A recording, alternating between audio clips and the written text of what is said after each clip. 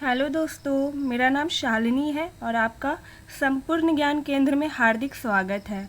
हम लोग घटना चक्र साइंस 2026 बायोलॉजी सेक्शन पढ़ रहे थे, जिसमें हम लोग कहाँ तक पढ़ लिए थे? श्वसन तंत्र तक कवर हो गया था। आज हम लोग परिसंचरण तंत्र पढ़ने जा रहे हैं। तो हम लोग पहले परिसंचरण तंत्र का ऑब्जेक्टिव पार्ट शुरू करेंगे, फिर इसका PYQ लगाएंगे, यानी MCQ लगाएंगे।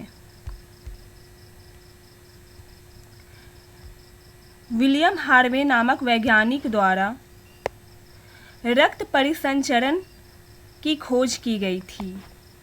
रक्त परिसंचरण तंत्र को मुख्य रूप से 3 भागों यथा हृदय, रुधिर वाहिनियों में बांटा जाता है। मानव हृदय छाती के मध्य थोड़ा सा बाईं ओर स्थित होता है। पेशीय ऊतकों का बना यह अंग एक आवरण द्वारा घिरा होता है, जिसे हृदयावरण कहते हैं। हृदयावरण की परतों के बीच पेरिकार्डियक गुदा में पेरिकार्डियल द्रव भरा होता है, जो हृदय की बाह्य आघातों से रक्षा करता है। हृदय 4 प्रमुख कक्षों में विभाजित होता है। 2 ऊपरी कक्षों को दाया तथा बाया अलिंद कहते हैं, जबकि 2 निचले कक्षों को दाया एवं बाया निलय कहते हैं। एक सामान्य मनुष्य के हृदय का वजन लगभग 250 से 350 ग्राम होता है। उभयचर जैसे मेढक का हृदय 3 कक्षों यानी 2 अलिंद और 1 निलय वाला होता है। 2 कक्षीय हृदय मछलियों की विशेषता है। उभयचर में 3 कक्षीय हृदय होता है और मछली में 2 कक्षीय हृदय होता है। सामान्यतः मनुष्य का हृदय प्रति मिनट 72 से 75 बार धड़कता है। हृदय में एक स्पंदन की समाप्ति से लेकर अगले स्पंदन की समाप्ति तक एक हृदय चक्र होता है। हृदय एक पंप की तरह कार्य करता है। इसका प्रमुख कार्य शरीर के विभिन्न भागों को रक्त पहुंचाना है। हृदय से रक्त धमनियों द्वारा शरीर के विभिन्न भागों को जाता है तथा वहां से शिराओं के द्वारा वापस आता है। धमनी से हमारा शरीर के विभिन्न भागों तक रक्त जाता है और शिराओं के माध्यम से दोबारा रक्त हृदय में आता है। जो रक्त गंदा हो चुका रहता है, डीऑक्सीजनेटेड रक्त हृदय में आता है शिराओं के माध्यम से। जार्विक 7 एक कृत्रिम हृदय है, जिसका आविष्कार रॉबर्ट जार्विक ने किया था। यह कृत्रिम हृदय पहली बार बार्ने क्लार्क नामक रोगी में 1982 में प्रतिस्थापित किया गया था। गति प्रेरक का कार्य हृदय स्पंदन अर्थात धड़कन को संबंधित करना है। इसकी आवश्यकता उस समय पड़ती है जब हृदय बहुत तेज, बहुत धीमी या अनियमित गति से कार्य करने लगता है। एसे नोड या सिनोएट्रियल नोड कोशिकाओं का एक समूह है जो हृदय के दाहिने अलिंद में स्थित होता है। यह हृदय का प्राकृतिक गैस पेसमेकर है, जो हृदय गति को नियंत्रित करने में प्रमुख भूमिका निभाता है। शुद्ध या ऑक्सीजन युक्त रक्त फेफड़ों से हृदय में आता है। हृदय इस रक्त को धमनियों के द्वारा पूरे शरीर में पहुंचाता है, यानी कि शुद्ध या ऑक्सीजन रक्त जो है वो फेफड़ों से हृदय में आता है, फिर हृदय से पूरे शरीर में जाता है। कौन लेकर जाता है? तो धमनियाँ लेकर जाता है। शरीर के विभिन्न भागों द्वारा रक्त में मिला ऑक्सीजन प्रयुक्त हो जाता है और फिर अशुद्ध या ऑक्सीजन रहित रक्त शिराओं द्वारा फिर हृदय की ओर आता है। फिर अशुद्ध या ऑक्सीजन रहित जो रक्त होता है, जिसमें ऑक्सीजन नहीं होता है, अशुद्ध होता है, वो रक्त फिर शरीर के विभिन्न भाग से शिराओं के द्वारा हृदय में आता है। फिर हृदय से वो फेफड़ा में जाता है और फिर वो शुद्ध होकर दोबारा हमारे हृदय में आता है और हृदय पंप करता है पूरे शरीर में। यही चक्र चलते रहता है। हृदय इस रक्त को ऑक्सीजन प्राप्त करने के लिए पुनः फेफड़े में भेजता है। फिर इस प्रकार यह चक्र निरंतर चलता रहता है। रक्त एक तरल संयोजी ऊतक है। यह एक क्षारीय विलयन है जिसका पीएच मान 7.4 होता है। वयस्क मनुष्य में सामान्यतः 5 से 6 लीटर रक्त होता है। पुरुषों की तुलना में महिलाओं में लगभग 1 लीटर रक्त कम होता है। रक्त के 2 प्रमुख भाग होते हैं, पहला प्लाज्मा तथा सेकंड रक्त कणिका या रुधिराणु। कुल रक्त का लगभग 55% भाग प्लाज्मा तथा शेष 45% भाग रुधिराणु होता है। रुधिराणु 3 प्रकार के होते हैं, लाल रक्त कणिकाएं, सेकंड श्वेत रुधिराणु और थर्ड प्लेटलेट्स होते हैं। प्लाज्मा में लगभग 91 to 92% जल होता है तथा 8 to 9% भागों में विभिन्न प्रकार के अकार्बनिक और कार्बनिक पदार्थ होते हैं। लाल रुधिराणु केवल कोशिकाओं के रुधिर में पाए जाते हैं और कुल रुधिर का लगभग 40 to 45% भाग बनाते हैं।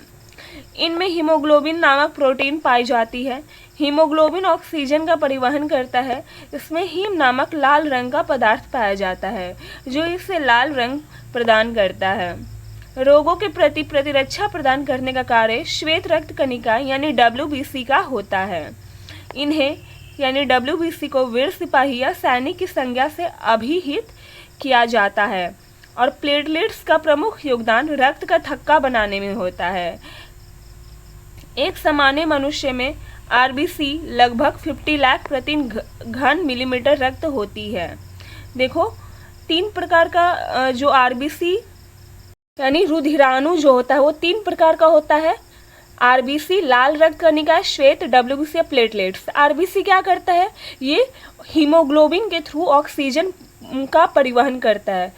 श्वेत रुधिराणु क्या करता है, WBC ये रोग से लड़ता है, ठीक है। और प्लेटलेट्स क्या काम करता है, तो ये रक्त का थक्का बनाता है। WBC को क्या कहते हैं, वीर सिपाही भी कहते हैं। इसमें सर्वाधिक यानी WBC में सर्वाधिक संख्या में न्यूट्रोफिल तथा सबसे कम बेसोफिल होते हैं। जो WBC होता है ना उसमें न्यूट्रोफिल सबसे ज़्यादा होता है और बेसोफिल सबसे कम होता है। आकार में सबसे बड़ी WBC मोनोसाइट्स है। प्लेटलेट्स की संख्या इतना दिया हुआ है, देख लो, इम्पॉर्टेंट नहीं है, संख्या नहीं आता, प्लेटलेट्स का संख्या नहीं आता एग्जाम में।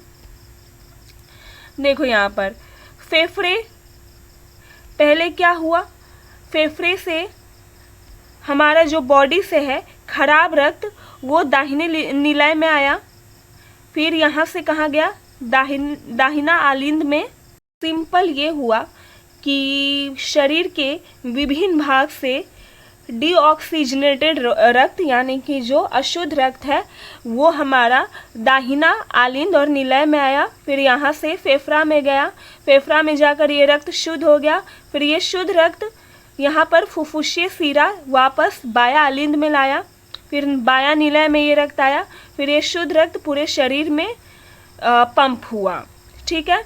यहाँ पर फुफ्फुसीय धमनी जो है वो फेफड़ा में रक्त लेके जा रहा है, जो अशुद्ध रक्त को है वो फुफ्फुसीय धमनी फेफड़ा में लेके जा रहा है, जबकि हम जानते हैं धमनी जो है शुद्ध रक्त का परिवहन करता है, लेकिन एकमात्र ऐसा धमनी है जिसका नाम फुफ्फुसीय धमनी हुआ, पल्मोनरी आर्टरी हुआ, जो कि अशुद्ध यानी इम्प्योर ब्लड को फेफड़ा में लेके जाता है।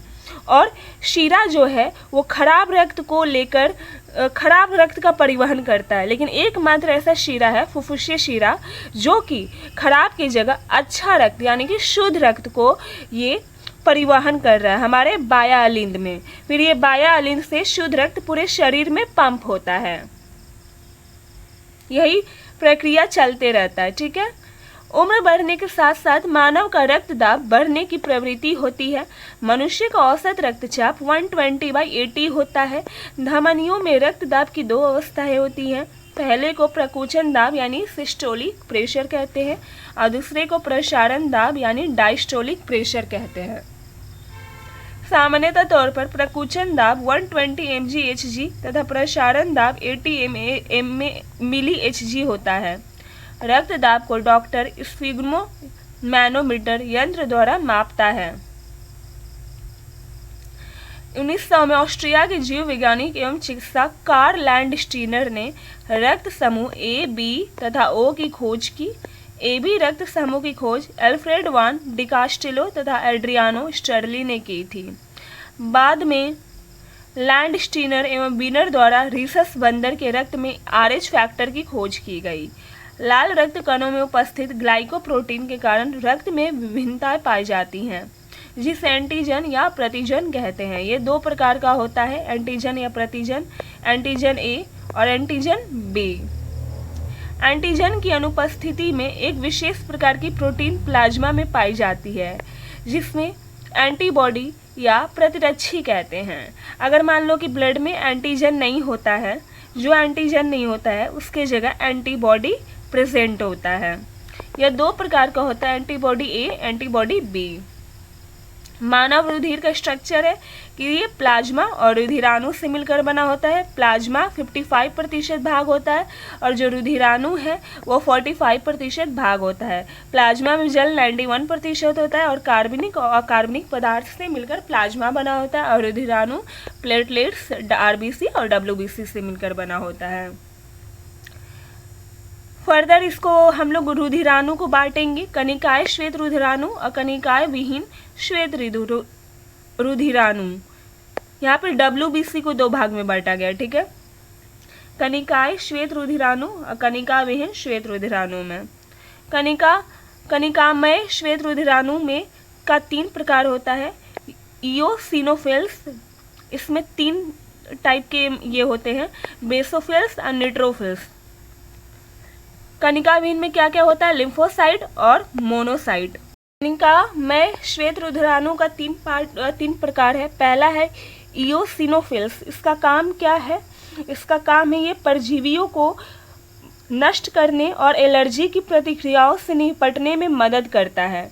बेसोफिल्स क्या करता है, यह सबसे कम मात्रा में होता है और हिस्टामाइन जैसे रसायन स्रावित करके एलर्जी प्रतिक्रिया का कारण बनता है।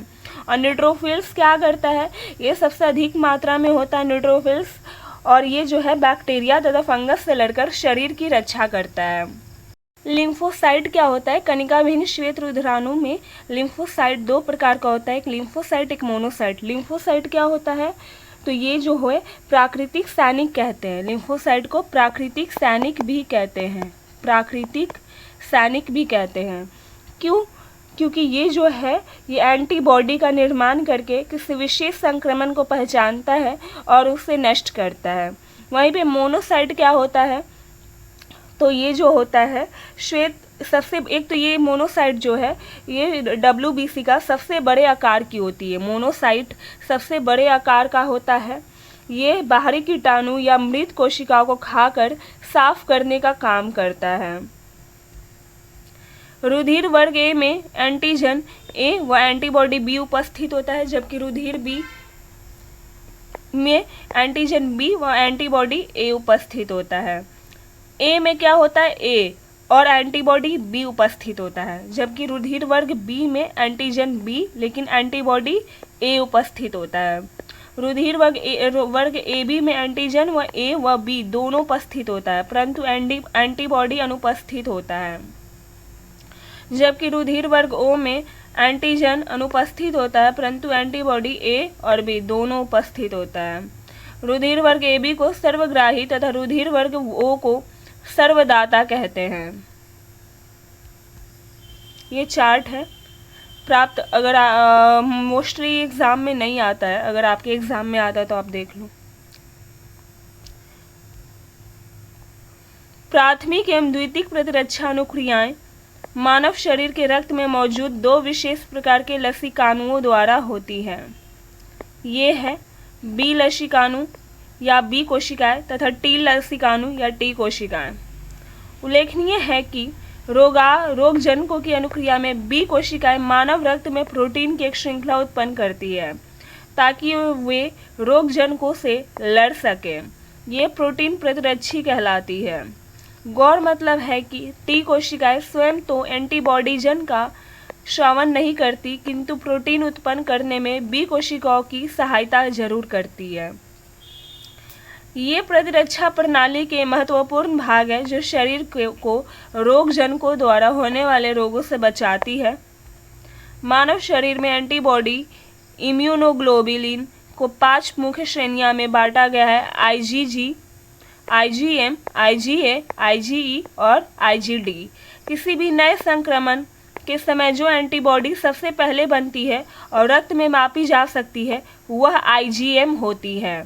यह प्रथम रक्षा पंक्ति के रूप में कार्य करता है और रोगजनकों को निष्क्रिय करने में मदद करता है। मेंडल के अनुसार इस व्यक्ति के रक्त समूह का निर्धारण माता पिता से प्राप्त जीन्स के आधार पर ही विकसित होता है।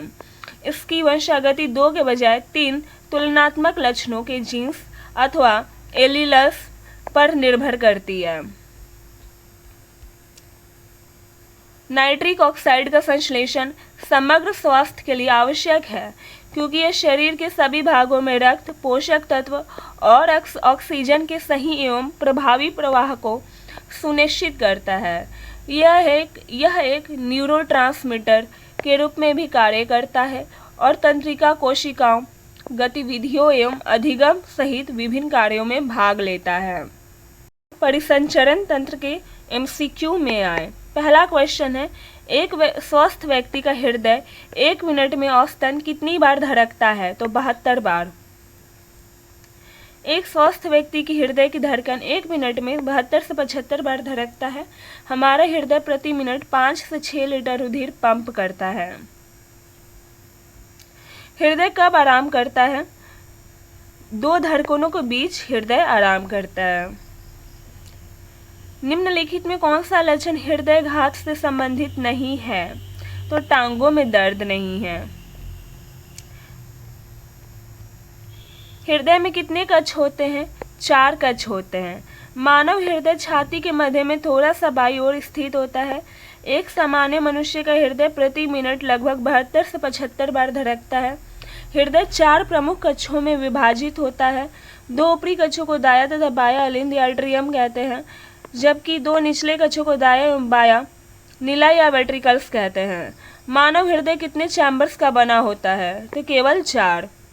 हृदय स्पंदन एक विद्युतीय तरंग द्वारा निष्पादित होता है जो उपजती है हृदय में। हृदय में एक ऐसी कोशिकाएं होती है जो विद्युतीय तरंग उत्पन्न करती है। इन्हें पेसमेकर कोशिकाएं कहते हैं। हृदय स्पंदन इन्हीं विद्युतीय तरंगों द्वारा निष्पादित होता है। मनुष्य का पहला प्रतिस्थापन किसके द्वारा किया गया था? डॉक्टर क्रिश्चियन बर्नार्ड के द्वारा। विश्व का पहला हृदय प्रत्यारोपण निम्नलिखित में से किसने किया था? क्रिश्चियन बर्नार्ड ने किया था। सर्वप्रथम मानव हृदय प्रत्यारोपण हुआ था दक्षिण अफ्रीका में हुआ था। जार्विक 7 क्या है? कृत्रिम हृदय है। गति प्रेरक का कार्य क्या होता है? तो यह हृदय स्पंदन कम करता नहीं, यह हृदय स्पंदन बढ़ाता है, ये भी नहीं होगा। यह हृदय स्पंदन को समायोजित करता ही ये होगा। गति प्रेरक का कार्य हृदय स्पंदन अर्थात धड़कन को समायोजित करना है।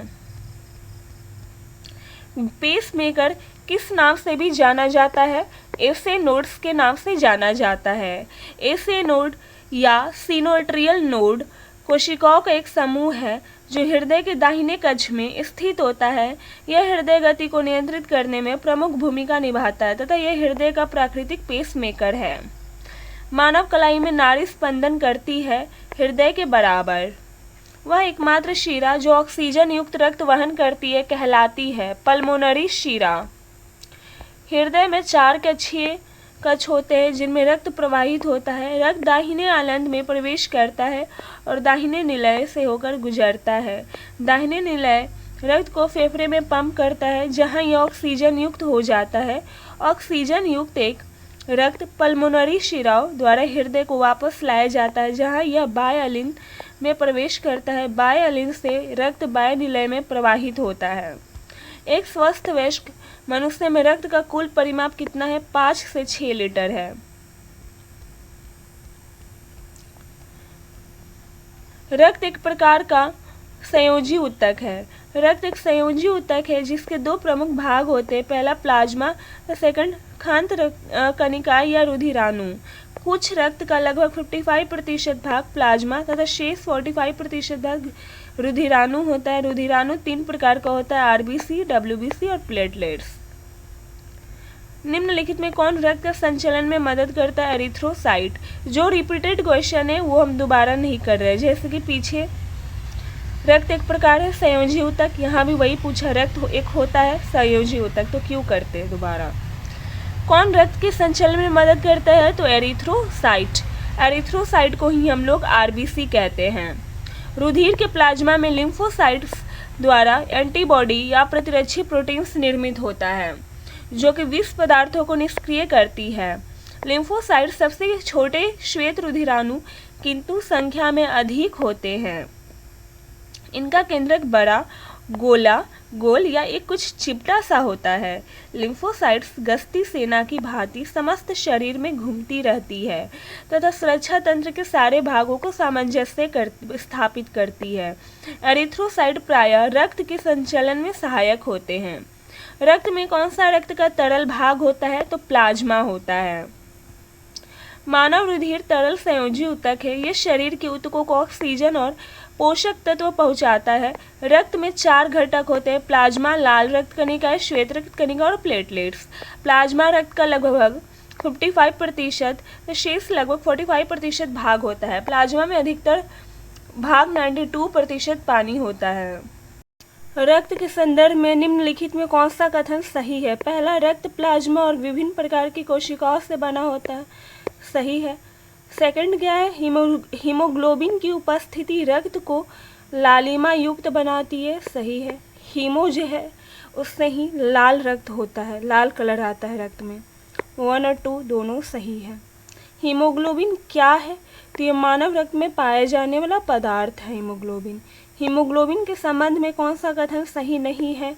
तो यह कुछ अम्लीय होता है। हीमोग्लोबिन क्षारीय होता है, अम्लीय नहीं होता है। हीमोग्लोबिन का पीएच मान 7.352 7.45 के मध्य होता है, अर्थात हीमोग्लोबिन कुछ क्षारीय होता है। रुधिर वर्णिका के संबंध में निम्नांकित कथनों पर विचार कीजिए और सही कूट का उत्तर चुनिए। इसमें लौ होता है, यह रक्त को लाल प्रदान करता है, सही है। कुछ रोगों के प्रति प्रतिरक्षा प्रदान करता है, ये भी सही है। ये रक्त में ऑक्सीजन का वाहक है, यानी चारों सही है। सॉरी, ये बोल रहा है कि रुधिर वर्णिका के संबंध में, यानी कि ये तो डब्ल्यूबीसी का कार्य है ना, ये सही नहीं है, ये सही है, ये सही है और ये सही है, यानी आरबीसी के बारे में पूछ रहा है। तो 1 to 4। कुल रुधिर का लगभग 55% भाग प्लाज्मा तथा शेष 45% भाग रुधिराणु होता है। रुधिराणु 3 प्रकार के होते हैं, लाल रक्त कणिकाएं यानी आरबीसी, श्वेत रक्त कणिकाएं और थर्ड प्लेटलेट्स होते हैं। प्लाज्मा में लगभग 91% जल तथा शेष 8 to 9% भाग में विभिन्न प्रकार के अकार्बनिक तथा कार्बनिक पदार्थ होते हैं। लाल रुधिराणु कुल रुधिर का लगभग 40 to 45% भाग होता है। यह रुधिर का कोशिकीय भाग है, ये केवल कशेरुकी प्राणियों में ही पाए जाते हैं। आरबीसी यानी लाल रुधिराणुओं में हीमोग्लोबिन नामक प्रोटीन पाई जाती है। हीमोग्लोबिन ऑक्सीजन का परिवहन करता है। इसमें हीम नामक लाल रंग का पदार्थ पाया जाता है जो इसे लाल रंग प्रदान करता है।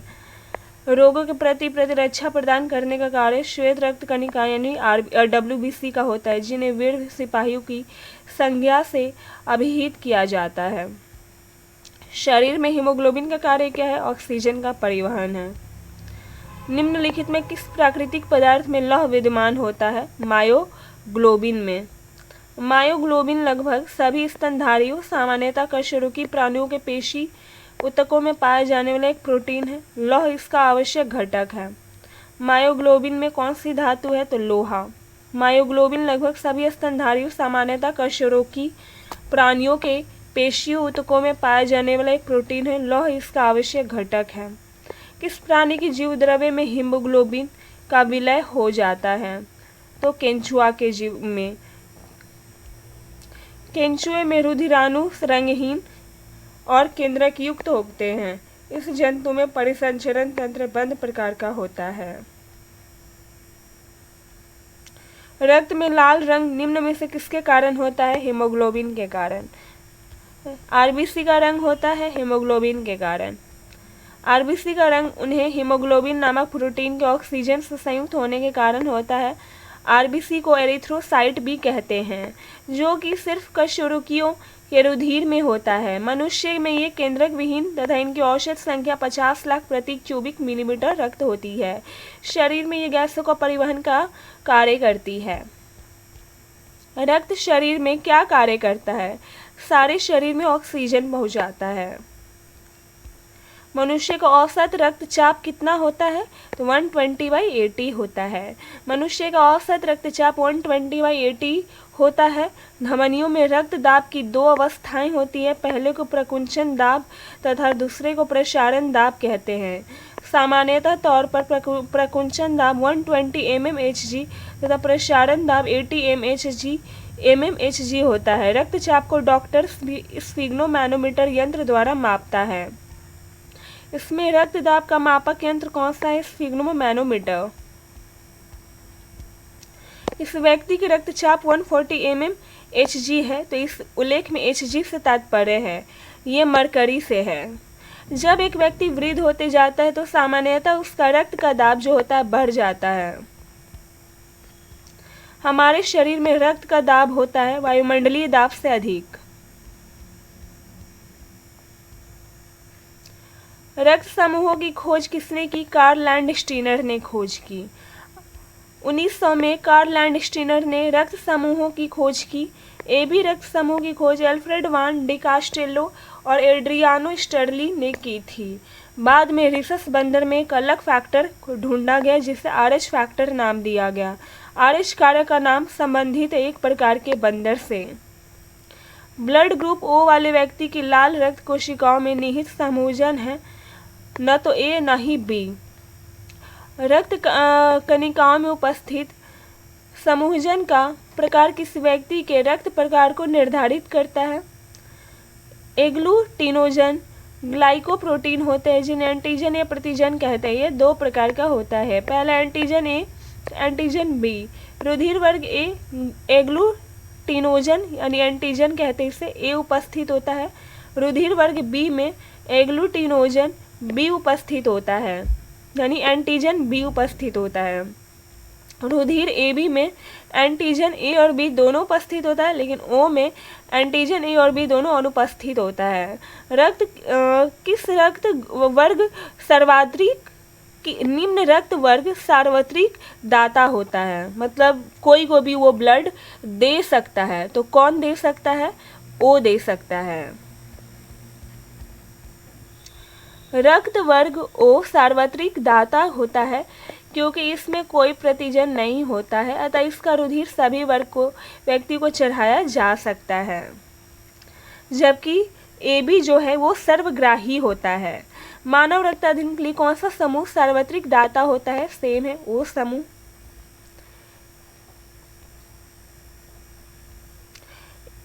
AB रक्त समूह के लोगों सार्वभौमिक प्राप्तकर्ता पूछ क्या रहा है? अच्छा, कौन सही और कौन गलत है पूछ रहा है। AB रक्त समूह के लोग सार्वभौमिक प्राप्तकर्ता होते हैं, ये सही है। और रक्त R क्या है? कारण R रक्त समूह AB की लाल रक्त कोशिकाओं में कोई एंटीजन नहीं होता है, एंटीजन होता है, ये गलत है। सार्वभौमिक स्वीकार्य रक्त होता है AB। सॉरी, हाँ स्वीकार्य बोल रहा है, यानी कि कोई भी रक्त को स्वीकार कर सकता है, तो AB। AB रक्त वर्ग वाले व्यक्ति को कभी कभी सार्विक रक्त अदाता कहा जाता है क्योंकि उसके रक्त में एंटीबॉडी का अभाव होता है। एक मनुष्य दुर्घटनाग्रस्त हो जाता है और उस रक्ताधन की आवश्यकता होती है, किंतु उसके रक्त समूह का परीक्षण करने का समय नहीं है। कौन सा रक्त समूह से दिया जा सकता है? तो O। सॉरी, एक मिनट देखने दो। O पॉजिटिव, हाँ मीन्स O निगेटिव, सही है। अज्ञात रुधिर नहीं, ये इम्पोर्टेंट नहीं है। किसी व्यक्ति के रक्त समूह का निर्धारण होता है, किससे होता है? कोई भी नहीं। हाँ, रक्त समूह का निर्धारण तो माता पिता के जीन से होता है ना, हीमोग्लोबिन की उपस्थिति से नहीं होता। ये भी गलत, ये भी इनमें से कोई नहीं। मेंडल के नियमों के अनुसार किसी व्यक्ति के रक्त समूह का निर्धारण माता पिता से प्राप्त जीन्स के आधार पर ही विकसित होता है।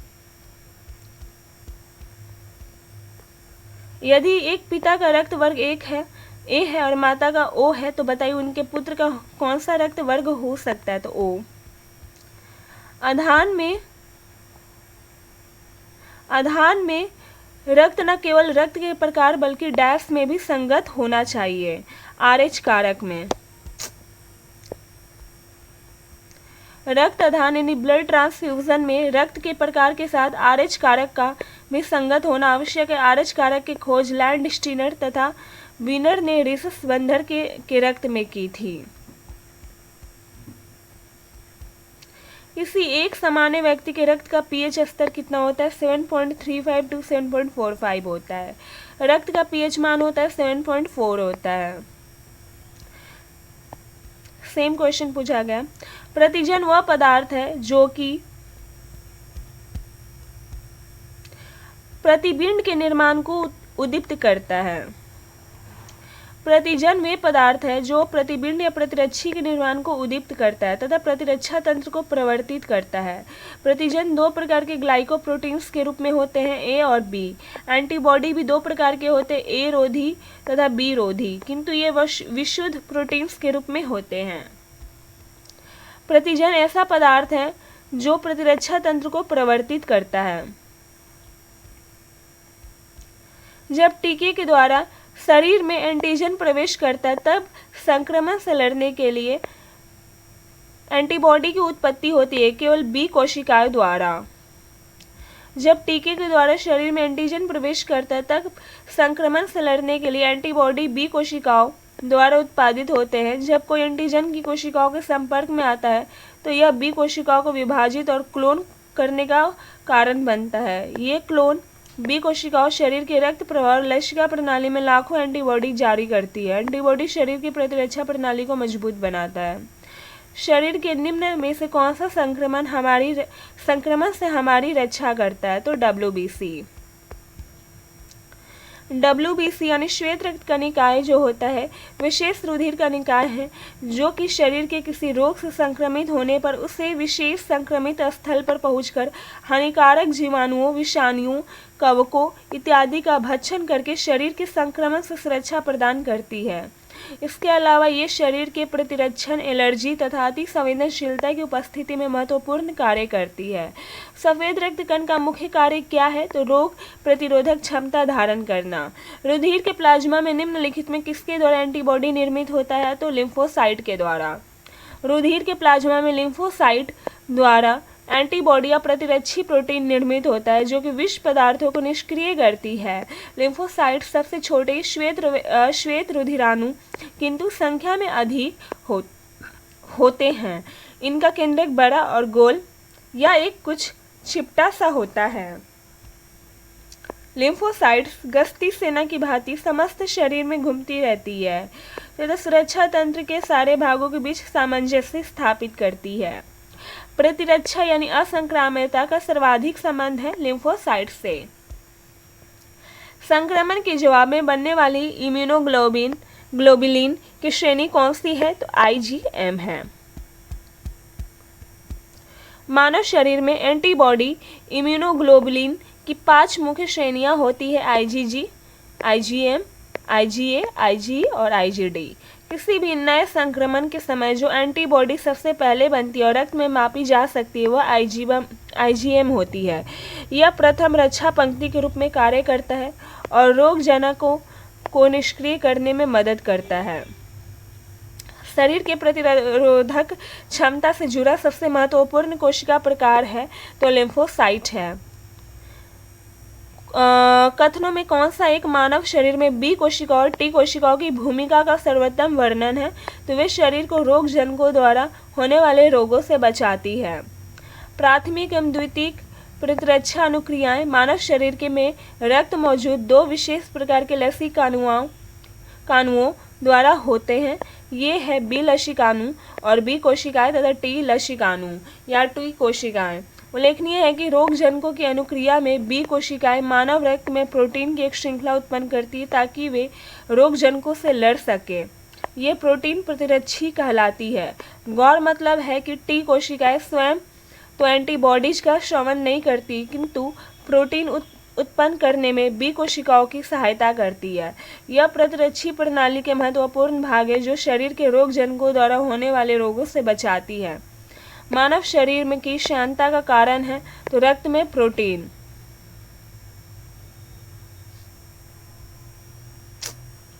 रक्त में प्रोटीन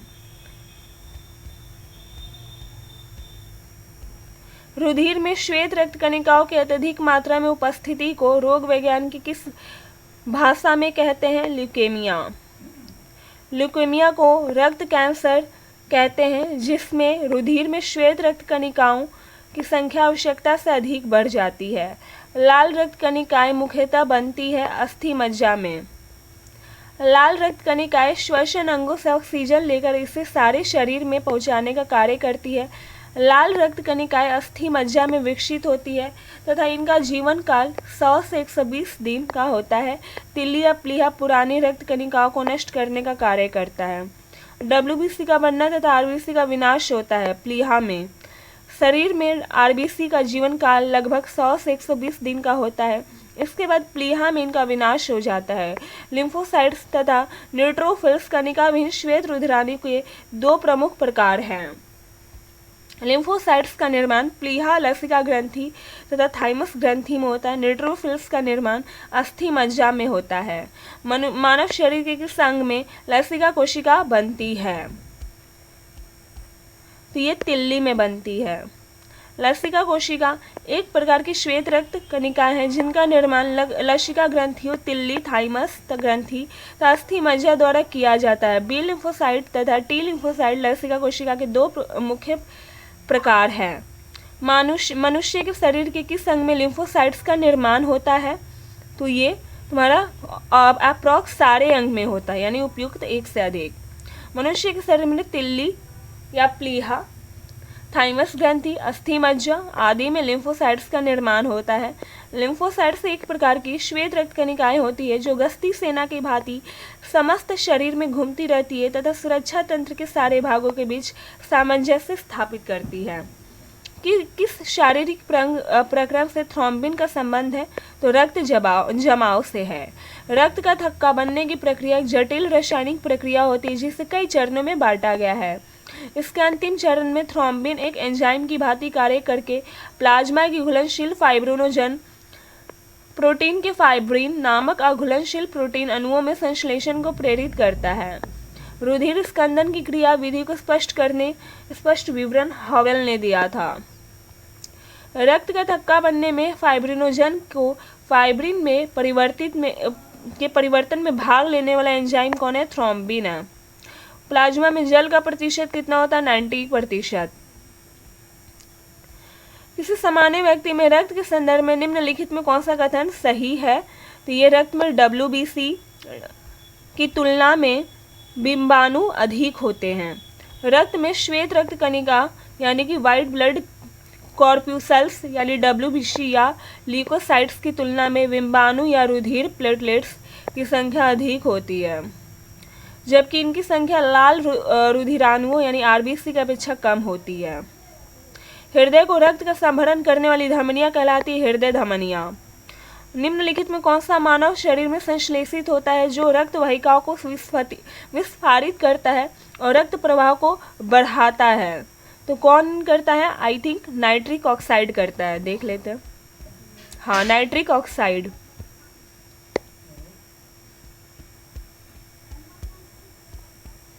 अब चलेंगे हम लोग, ये रिपीटेड क्वेश्चन है जो रिपीटेड, हाँ, तो यहाँ पे हमारा चैप्टर ख़त्म हुआ। अगर आपको ये वीडियो अच्छा लगा हो तो चैनल को लाइक, सब्सक्राइब और शेयर करें। Thank you.